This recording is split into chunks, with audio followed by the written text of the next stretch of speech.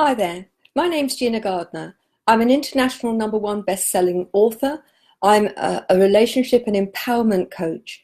I teach people how to step into the power of being genuinely them.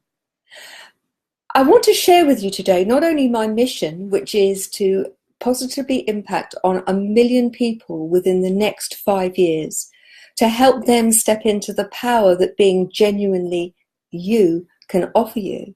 But also through today's session, I want to talk to you about one of the themes which has come up a lot this week with people that I've met, clients, comments through different Facebook groups and so on that I belong to. And that is the theme of how we manage our negative emotions. Inevitably, we all feel those things. We feel sadness, grief, anger, disappointment, frustration, a whole range of things, depression, anxiety. And without help, those things can become overwhelming. Lots and lots of the literature that is available talks to you about, well, just think positive. The problem with that is, well, you can just think positive, but it doesn't do anything to deal with the underpinning emotion that you're feeling. It doesn't help you with the challenge. And so one of the things that I'd like to do is to talk to you about the different ways that you can impact upon how you feel, and you can make that situation feel so much better. All of us at some point will feel negative emotion. Negative emotion is a natural part of what a human existence is about. It's part of our journey. Negative emotion is something that many people fear. They don't want to be in that place because it feels so uncomfortable. And so they resist it. And in the very resistance, that negative emotion appears to grow. It takes on a power which is disproportionate very often to the reality that negative emotion is working on. It's my belief that whatever the negative emotion may be, it is telling you something, and it's worth actually sitting with that negative emotion and listening, actually trying to recognize what's really going on. And I think there are a number of things that can actually happen. Often a negative emotion is simply saying there is something going on which is at odds with my values. That I'm angry about this because it feels unfair, or there's no integrity here, or this just doesn't feel right. Or we feel guilty because we've done something that we recognize is not either our best selves, something that we don't feel good about, and so we feel guilty. We feel depressed because life feels out of control. So ultimately, I think in the first instance, it's really important to actually allow yourself to sit with that emotion. If you bury it, it's rather like putting a dragon in a box and expecting it to stay there. And it will for a little while. But in my experience, those dragons have a nasty habit of popping out of the box at the most inopportune time. And the longer they stay in the box, the greater their power. And so they come out like a blooming jack in a box, and they breathe fire, and they make us feel completely de-skilled and unresourced. And as a result, they feel overwhelming.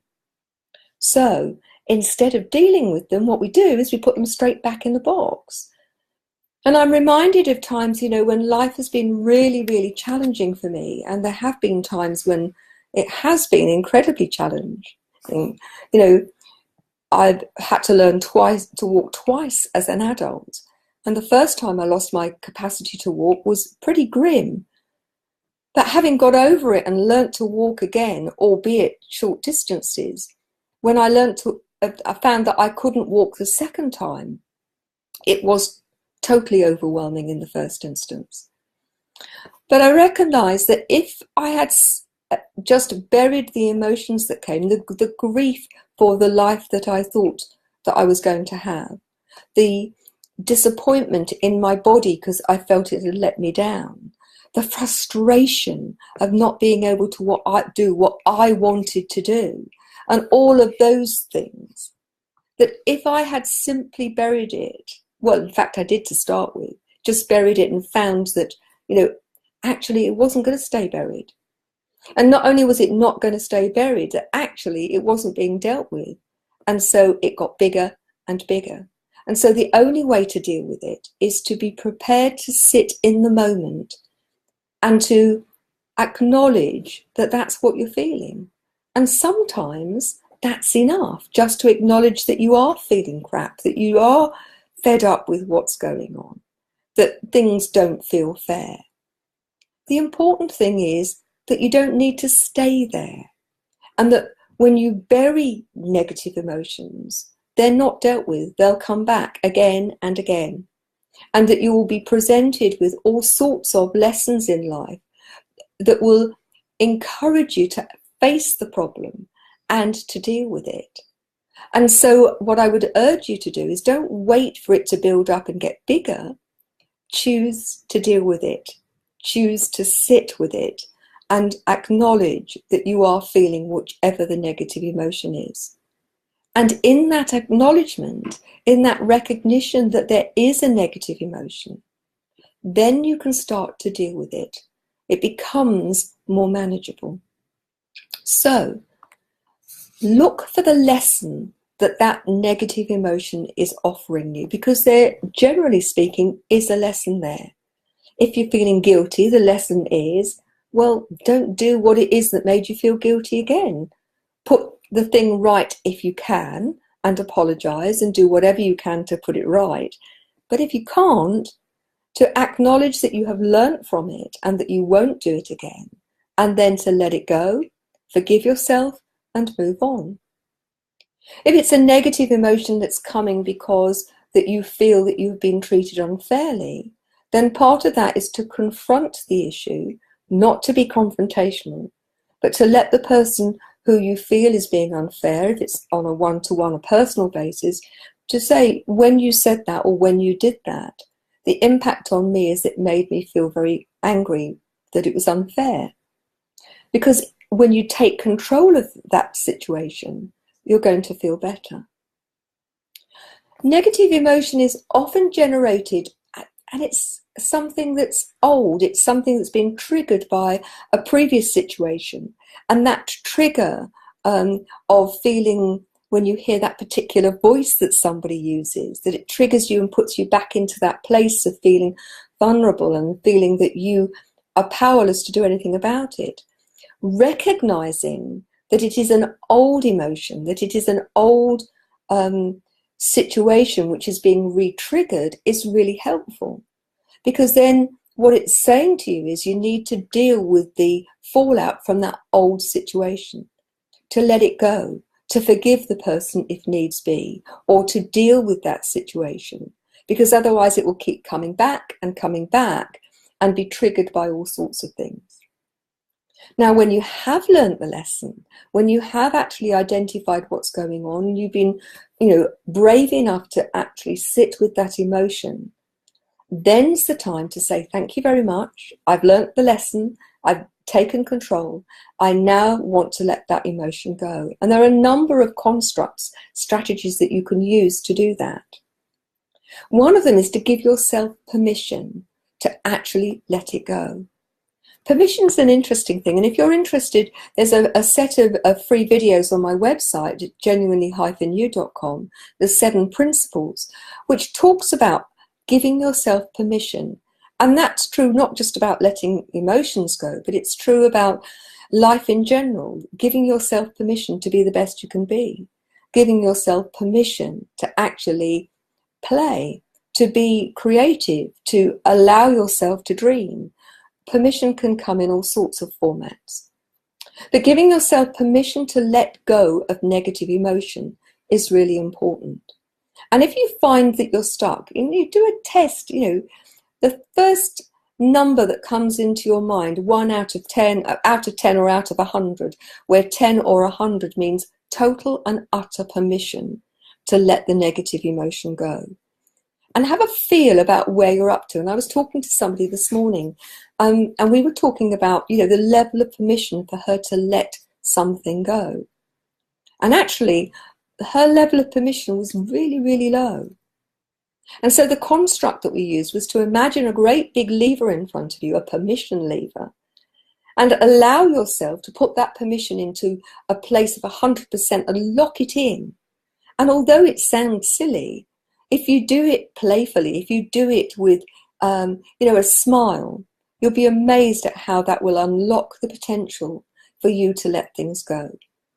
The paradox with this is the lighter and the more playful you can be about dealing with these things, the more you can enter into some of these techniques which may feel a bit strange, the greater the power they have to actually work.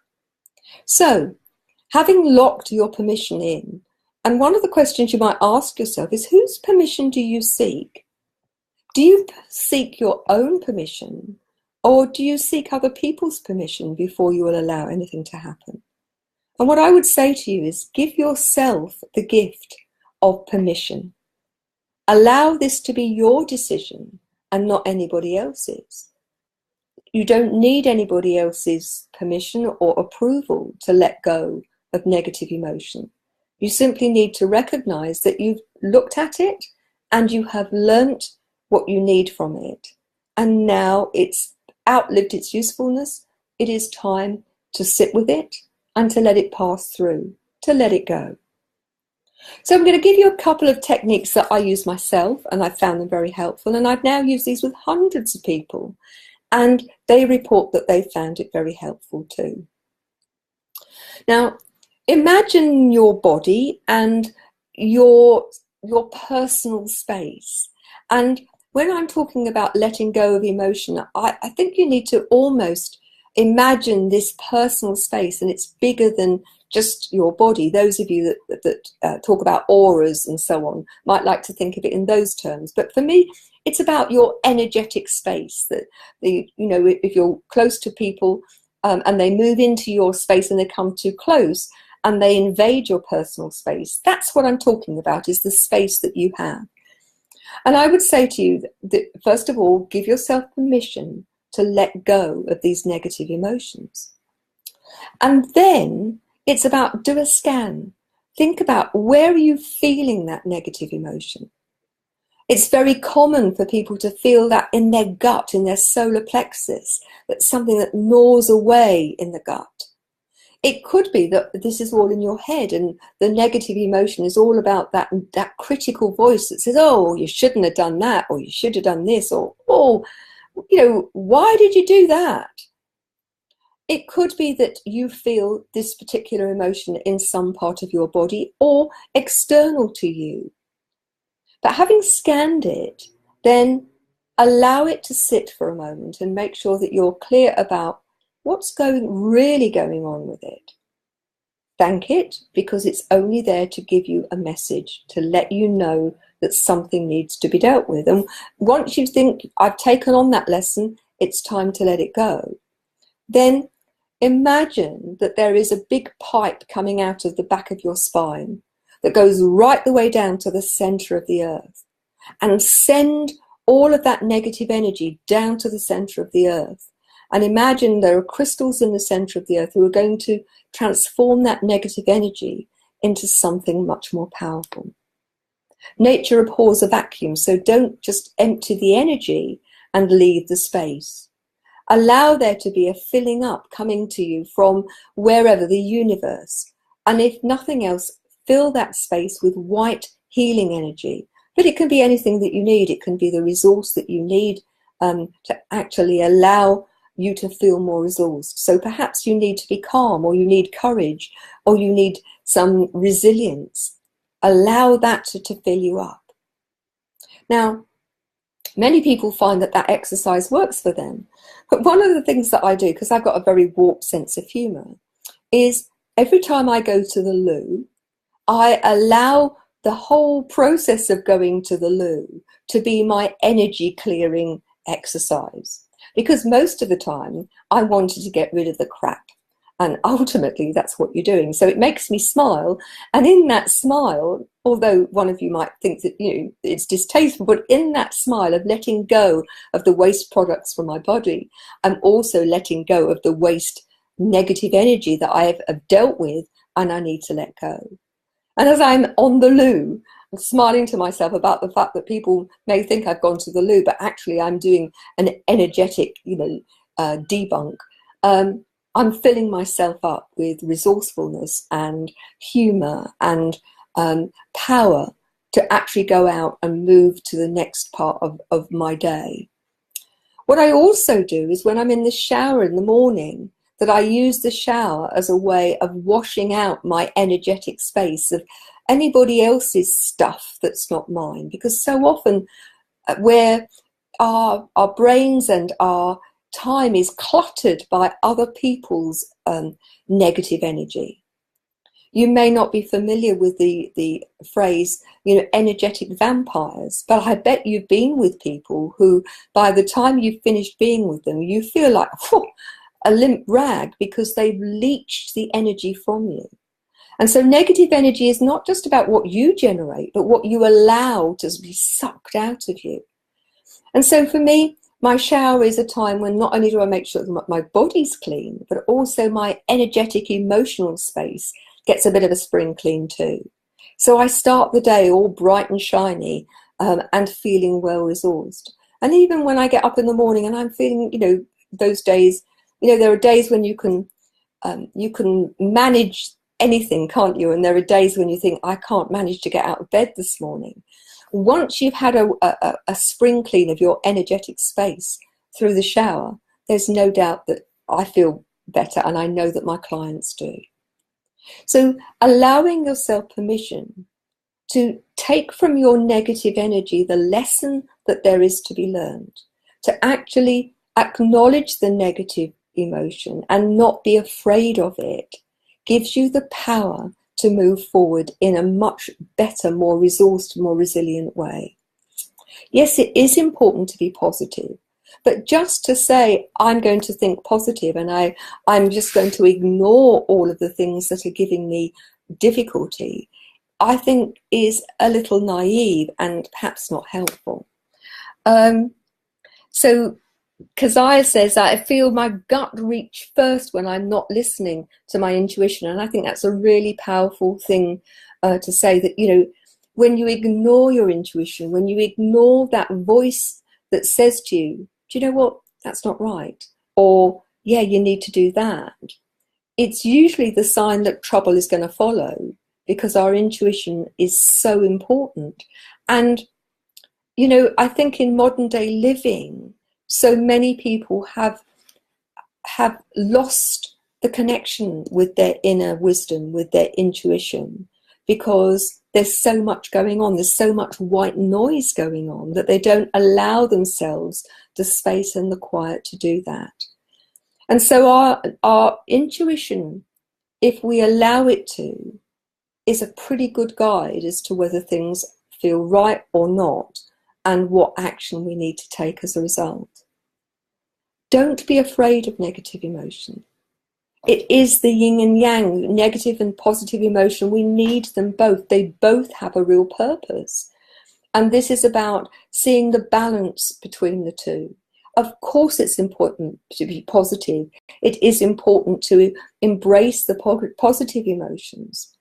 They are powerful, but you have much more access to them when you also embrace the negative emotions that come our way. I know from my own experience that I am a stronger, more resilient person, and I'm much better able to help other people because I have experienced deep, dark times, and that I have dealt with those and recognized that it isn't the challenge that defines me, it's what I do with it. And that will be true for you. Life brings challenges. It's our journey. It's our way of learning. And embracing those things doesn't mean you have to like it, but embracing the opportunity to learn and grow is incredibly important. And your way along your journey will be so much less traumatic and turbulent if you acknowledge those negative emotions and you allow those to help you learn your life lesson. Your negative emotions will stay with you less time. Interestingly, I was speaking to a client today, And she was talking about the fact that she felt she needed to cry. She felt that there was something big and difficult to deal with, but wasn't quite sure what to do, and the tears wouldn't come, and so she wasn't getting the release of those tears. And when we started talking, one of the things that struck me as I spoke to her, knowing her well as I do, was that a whole range of situations has happened in her life, and that she needed to grieve those things, and that something had happened in the weekend that had triggered not only she had a lovely weekend, but it had triggered some deep stuff that actually brought to the fore the grief for the life that she had hoped that she was going to have, but was no longer going to be possible, at least not in the short term, and maybe never in the long term. And so it was giving herself permission to actually allow herself to be with that grief, to be with that range of emotions, before picking herself up and then getting on with the positive, and allowing some space to do that. But so often we don't, do we? We're busy. We think, I can't be dealing with that. I can't be doing with that. And so it gets buried. It gets left behind. So I'm interested in what you think. What are the issues that bring up negative emotions to you? I mean, Rachel says, I'm constantly juggling the to-do list that I have various and multiple of. I love lists. Well, I should say I need lists to help me keep all the balls moving. And I think we've all got our own little constructs. And I think for many people, list is a great way of doing it. I can remember when I was a head teacher, particularly when I got to the place where there was so much to do and so many big jobs that were too big to do in that moment. I'd have a list, and I would write a list and include things I'd already done in order to have the satisfaction and the, if you like, the fillip that ticking that off by list gave me, because it was so easy to feel overwhelmed. But actually recognizing that if you tick them off, if you deal with them one at a time and you tick them off, that ultimately you will be able to get there. You can't eat a cow in one sitting, but meal by meal, mouthful by mouthful, it works. And so what I would say to you is that we as human beings are designed to have the whole range of emotions. That's what they're there for. You don't have to stay in them.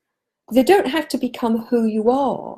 They are just an experience. And in the same way that if you want to go on a bus ride, or you want to go skiing, or you want to eat a cream cake, it's an experience which has a finite time. The trouble with emotions is that when we try to bury them, that actually we give them power that's disproportionate actually to the power that they have when you actually are brave enough to deal with them. Forgiveness comes into difficult feelings, very much so, Kez, because Kez has said, does forgiveness come into difficult feelings? Forgiveness is an interesting one, because I think it's one of the most powerful emotions that there are.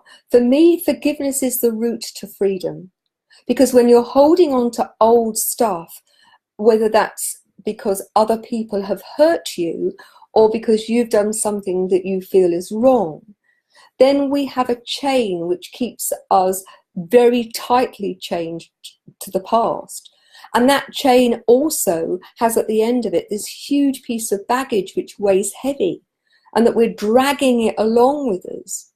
But once we're open to the possibility of forgiving others and ourselves, what we give ourselves is the gift of freedom. Now, those of you who heard me talk about forgiveness before will know that forgiveness is not about condoning or forgetting. Whatever that other person has done to you that has hurt, and I've worked with many people who've been abused, really, physically, emotionally, and sexually when they were younger or as adults, letting go of that is really significant. But if you don't forgive that person, let go and allow yourself to move on, what you're doing is you're still giving that person the power to hurt you. And by allowing there to be any vestige of holding on to the hurt, the bitterness, the those negative feelings that come with feeling that somebody else has done something to hurt you, then you are giving them the power. You are not giving yourself the freedom of a future that is truly free. And the same is true about forgiving yourself. If you've done something wrong, something that you regret, and most of us have, if you get to, by the time you're 5 or 6, the chances are you've done something wrong. And by the time you're a grown up, there is no doubt there will be things that you regret. It's part of our human condition. But if you hold on to that and you don't let it go, if you let that voice in your head consistently tell you how terrible you are because you didn't do, or you did do something, just in the way that if somebody's abused you, that you are tied back to that past, if you don't forgive yourself, your future, present and your future will never be truly free. Really, really important that you try and put whatever it is that you've done or not done right to apologize. And if that person has died, then write a letter of apology. Make amends by playing it forward and doing something that you believe is the right thing to somebody in the now. But you don't have to keep doing it. You have to forgive yourself and move on. I mean, negative emotions come in so many formats, and they're sneaky little devils that you think you've dealt with it, and then suddenly something sneaks in. And usually it sneaks in because you buried it, because you have allowed that emotion the power, and you've done that by ignoring it, by burying it, or by giving it more importance than it's due. Now, I'm not in any way making light of it. These things are important. They're very important, but they're not the only thing. And so it is about you dealing with it. And I look back, there are things that when I look back, there are things that I think to myself, do you know what? If I had my time again, I would do that very differently. But the next part of that conversation is, but I've learned from it. And what I'm making the resolution is, I won't make that mistake again. I will do it differently when an opportunity presents itself next time. In the meantime, having learnt the lesson, I thank the negative emotion, and now I let it go. So I'd urge you, try my loo method or my shower method to let go of negative emotions. If it's a really, really powerful emotion, then you might need help. I'm just going to need my plug's fallen out. Hold on a second. It's fallen under the table and the computer's about to die. If you have a situation which you think, this is too big for me, then get some help, reach out, let me know, and I'll do my very best to help you online, or if you want to private message me, then we can do that as well. So this is about you taking charge, taking control of your life. So far as we know, this is the life that we have, and it makes sense to make the most of it. Those of you that have got children, what's important to recognize too is that they will model the way in which you behave. And many people model their parents' way of doing things without questioning it. Of course, there are those who then learn that there is a different way. But the time when children are modeling what you are doing, your approach to life, I think it makes sense to give them the very best model that you can. And for them to learn, they're going to make mistakes. That's life. Actually, put it right, learn the lesson, move on, let it go, and make sure that having learnt the lesson, you don't do the same in the future.